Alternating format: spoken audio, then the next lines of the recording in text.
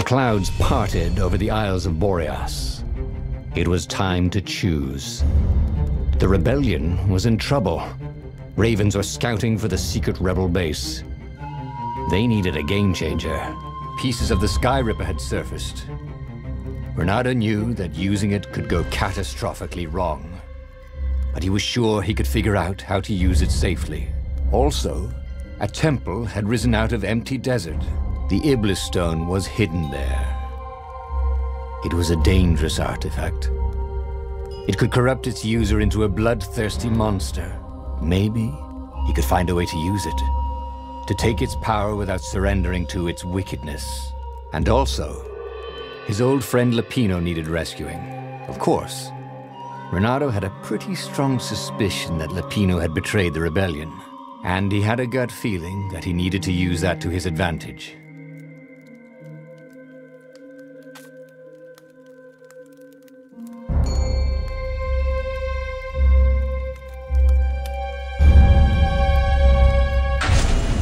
Every child knew about the Sky Ripper. The Transcendent Emperor had buried its pieces deep. And then, this Emperor's horrific sacrifices had brought it back to the surface. Renato wasn't exactly sure how to use the legendary weapon. But surely, there must be some way to do it without provoking another catastrophe. Had he, somehow, summoned the long-lost components of the legendary weapon out of the deep places of the Earth? It was more than Renato could fathom. But if he could find a legendary weapon, he would use it.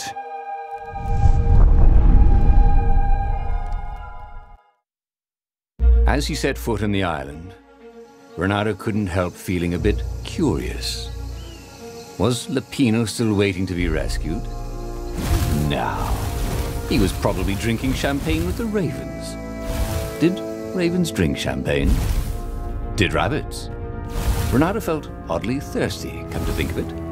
Why had he chosen the Sky Ripper? Renato never made plans that required constant vigilance. He was a hero. He didn't think too much. He just went with his gut and hoped it all worked out. The Sky Ripper was a long shot.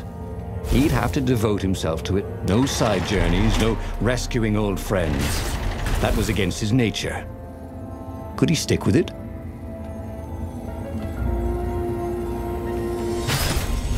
The people who had built this castle, did they even know what monstrous weapon lay hidden within their walls?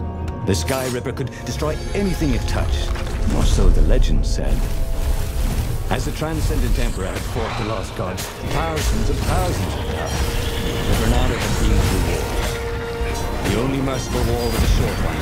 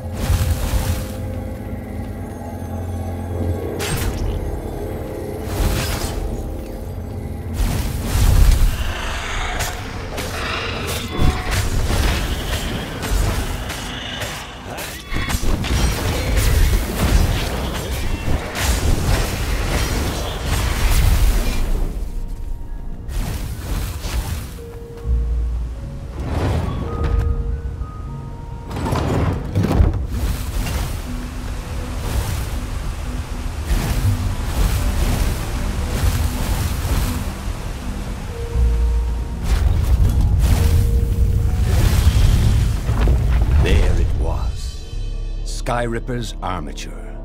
The stuff that dreams are made of. Engineers' dreams, anyway. The device was intricate. No one alive had the skill to make a thing like it. How was it part of a weapon at all? He'd have to ask a scientist. But first, he'd get the second piece. Sky Ripper had a heart. A core that had come to rest on the next island. Well, there was another island he could reach. Zenobia had just invaded it with her father's Raven battalions. She must be encamped there still.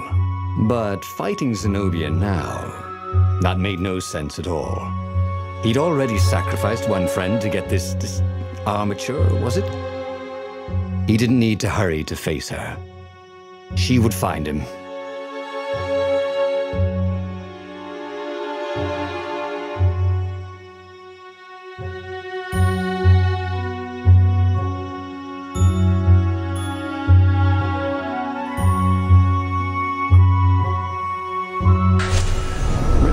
Asked himself why he changed course to confront Zenobia. He had no idea.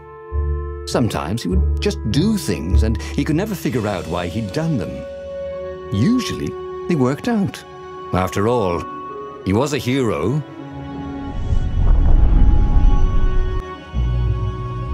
The truth is, though, he wanted to see her, wasn't it? It had been a dozen years since Swordfu School. He'd followed every rumor about her, every scrap of news. Not that he still loved her. After all, she was his enemy. No, it was solely because, know your enemy. All right, maybe he should stop pretending. He knew exactly how she felt about it. But their love affair always ended with a tragic death. Unless, maybe he could find a way to dodge tragedy. Surely he could, couldn't he?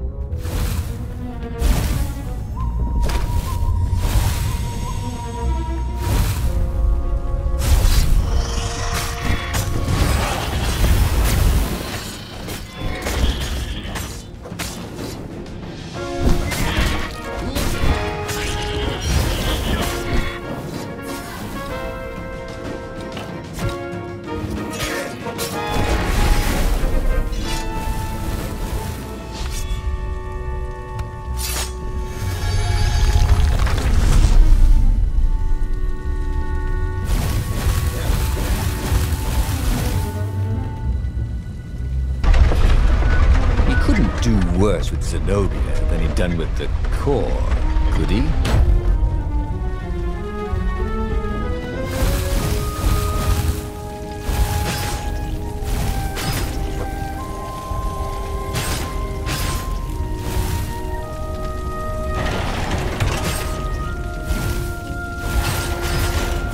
Renato wasn't entirely sure how he was going to capture Zenobia.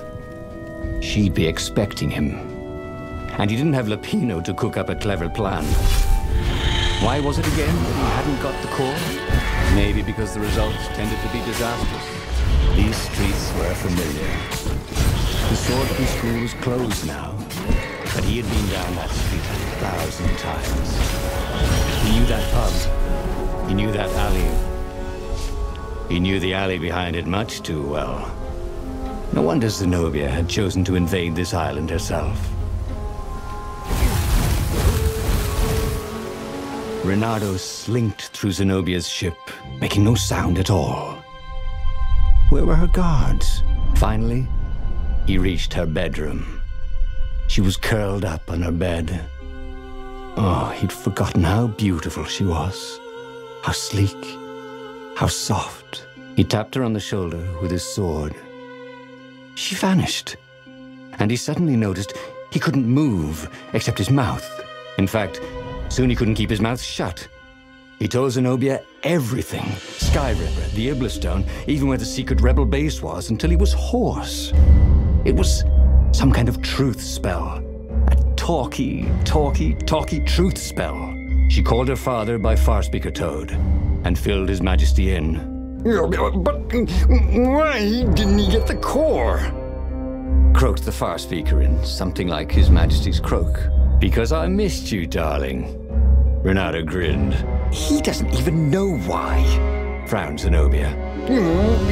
That makes no sense. It's a trap, shouted the Emperor. I'll meet you at the outpost, and I'll bring my interrogators. If Renato came face to face with the Emperor, maybe he could assassinate him. But maybe it would be smarter and safer to turn Zenobia against her father.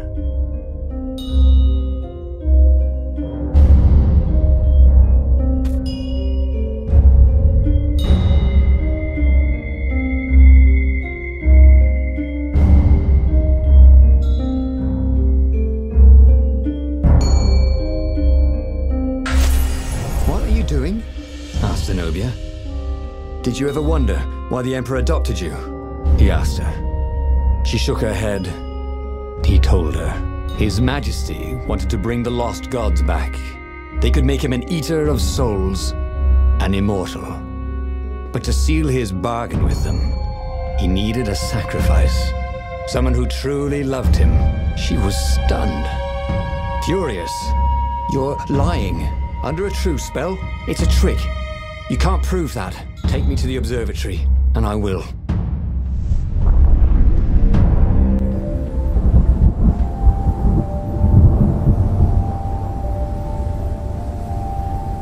What kind of proof could you possibly have?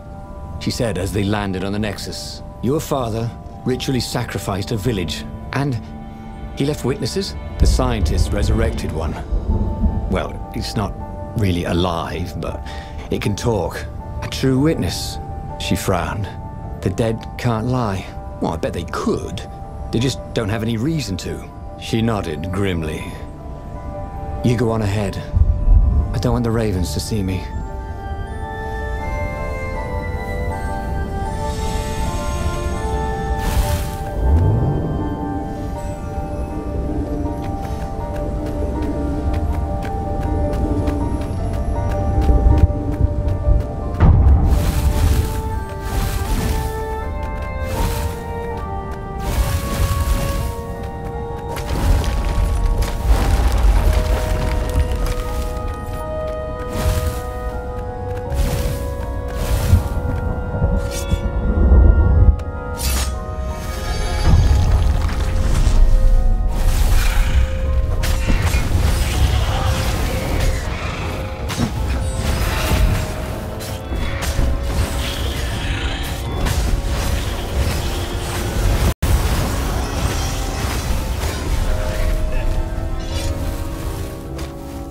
She caught up with him. Don't you think I'd know if my father wanted to invoke the lost gods? Would he tell you? No. Would you help him? No, I'd burn his books. Why'd he adopt a stray cat? You don't ask a thing like that. No, not when there's no good answer, she said, her whiskers twitching.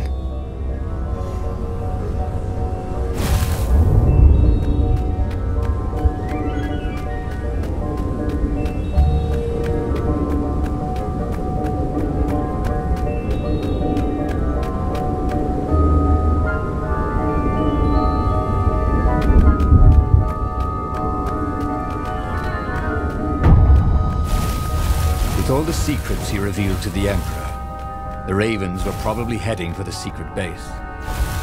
Renata began to wonder if there would be anyone left to save if Zenobia changed sides.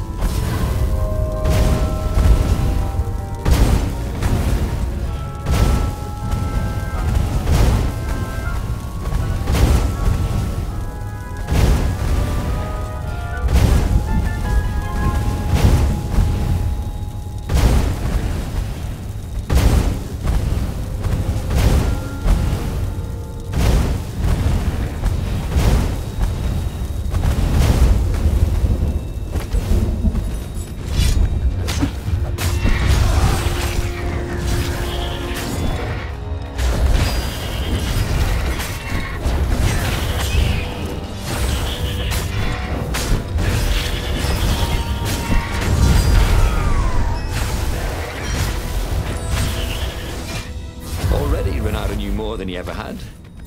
But about what?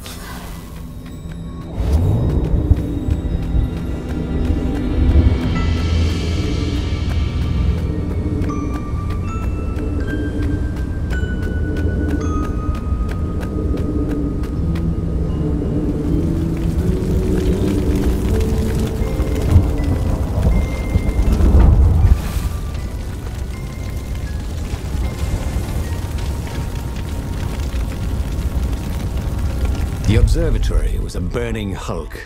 Dead scientists and black feathers everywhere. The Ravens had burned the reanimated witness to cinders. Renato was stunned. There goes my proof. These were scientists, not rebels, Zenobia said, upset.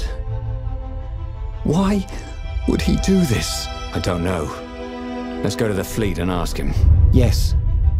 I'll meet you on the mountains. is something I have to get first. But could he afford to meet her in the mountains? He'd given the Empire the location of the secret rebel base. They would need rescuing.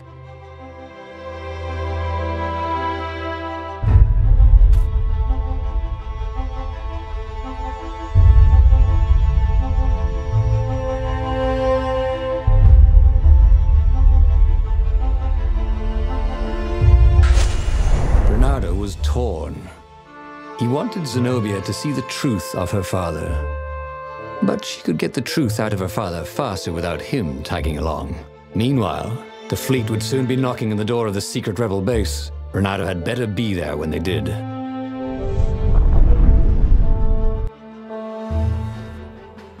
So he had given the Sky Ripper's core to the Empire. He felt stupid about that. He hoped the Emperor didn't bring the Sky Ripper against the base. There was nothing he could do to fight a legendary weapon. Bernardo hated when he screwed up. One of these days, he would learn to look before he pounced. But today is not that day. He intoned for his own amusement.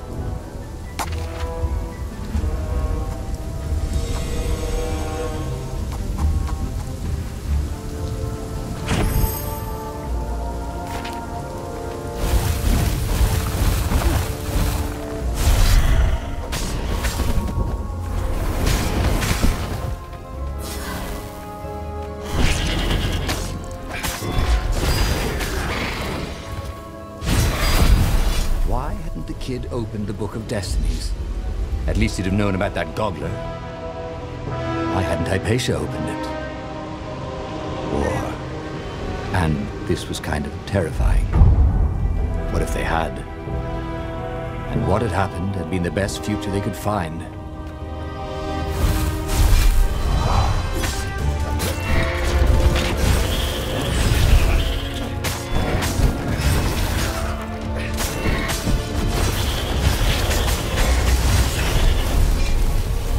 Bernardo decided not to tell the Council he'd given the Empire Sky Ripper's core and the location of the secret base.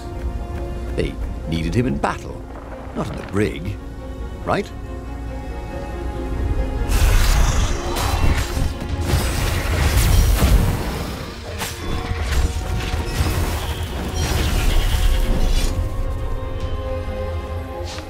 The Raven was slumped in a pile of its own feathers, like a tree in November. You can't stop us. The Emperor has a weapon no warrior can defend against. What happened to you? Bernardo asked. But the Raven chose that moment to go to the great nest in the sky. So they'd made the cord into a weapon. That wasn't good.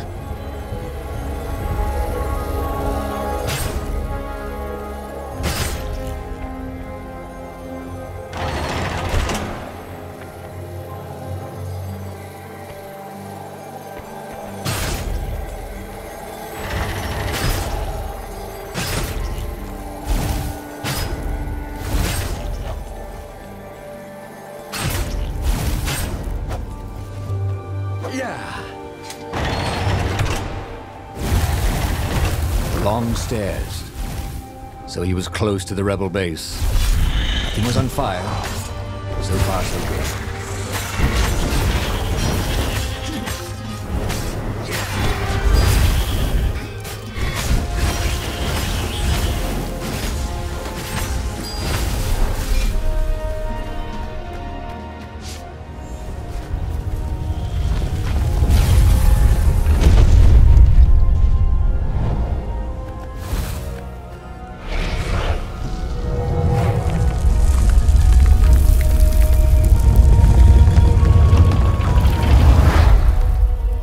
Bernardo had never slain so many ravens. The secret base was going to stink of burnt feathers for months. The council speaker was confused. Our spies say Zenobia has gone berserk. She attacked and destroyed an entire squadron of dropships. This was amazing good news. He'd shown her the Emperor's evil.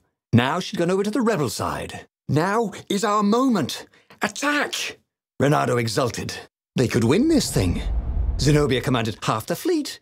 Who would follow the mad Emperor when they could follow his heir, who was wise and smart and a brilliant sorceress besides? But what about the core and the Iblis stone?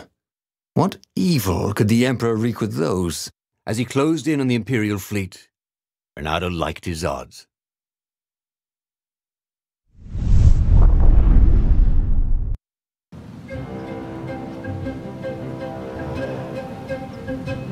Oh, how had he gotten into this mess? He'd never set out to be a hero.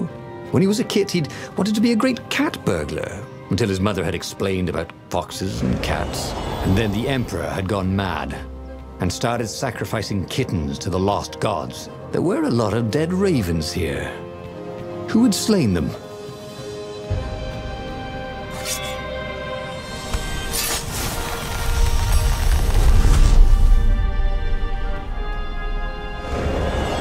Renato had a feeling that was the back door to something. But what?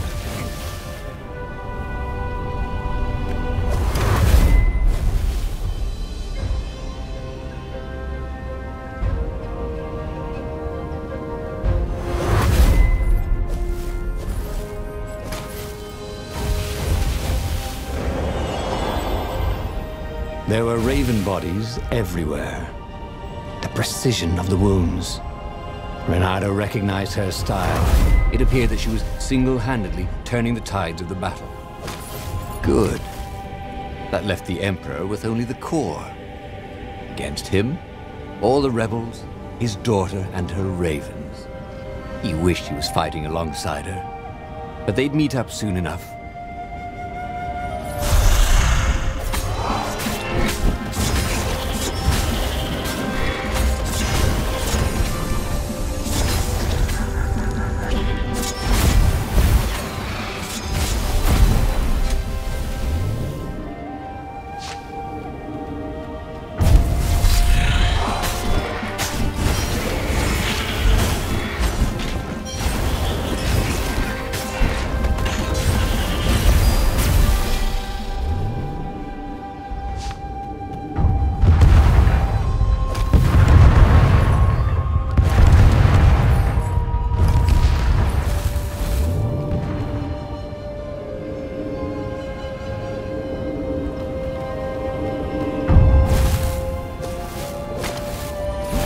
He'd confront the Emperor. Funny that this whole war had come about because the Emperor feared death. And now it was coming for him. There was some sort of lesson there, wasn't there?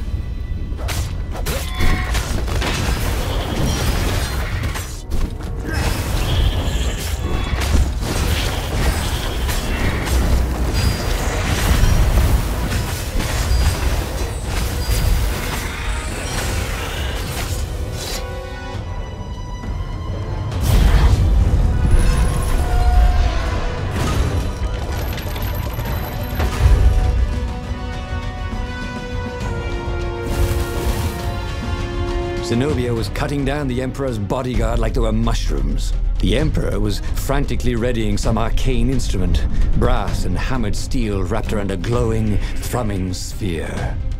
Skyripper's core. Zenobia! Renato shouted.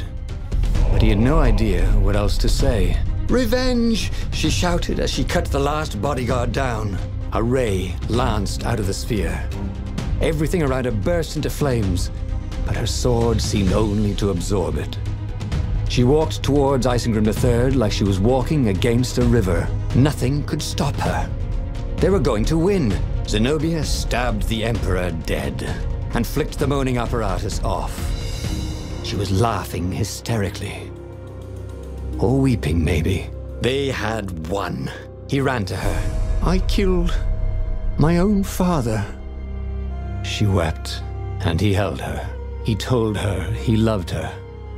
He would pull her back from the brink of madness. But the core thrummed louder and louder. At that moment, Renato understood that the core was going to explode catastrophically. And that this could have been victory. The Emperor and his daughter dead, the fleet destroyed. He'd almost been a hero. A legendary one, maybe. If only he and the rebel fleet hadn't been here. Oh, again? But He already had all the secrets he needed. He was sure of that. He must have not used them the right way. What was the best, worst mistake he could make? Probably trusting that traitor Lapino.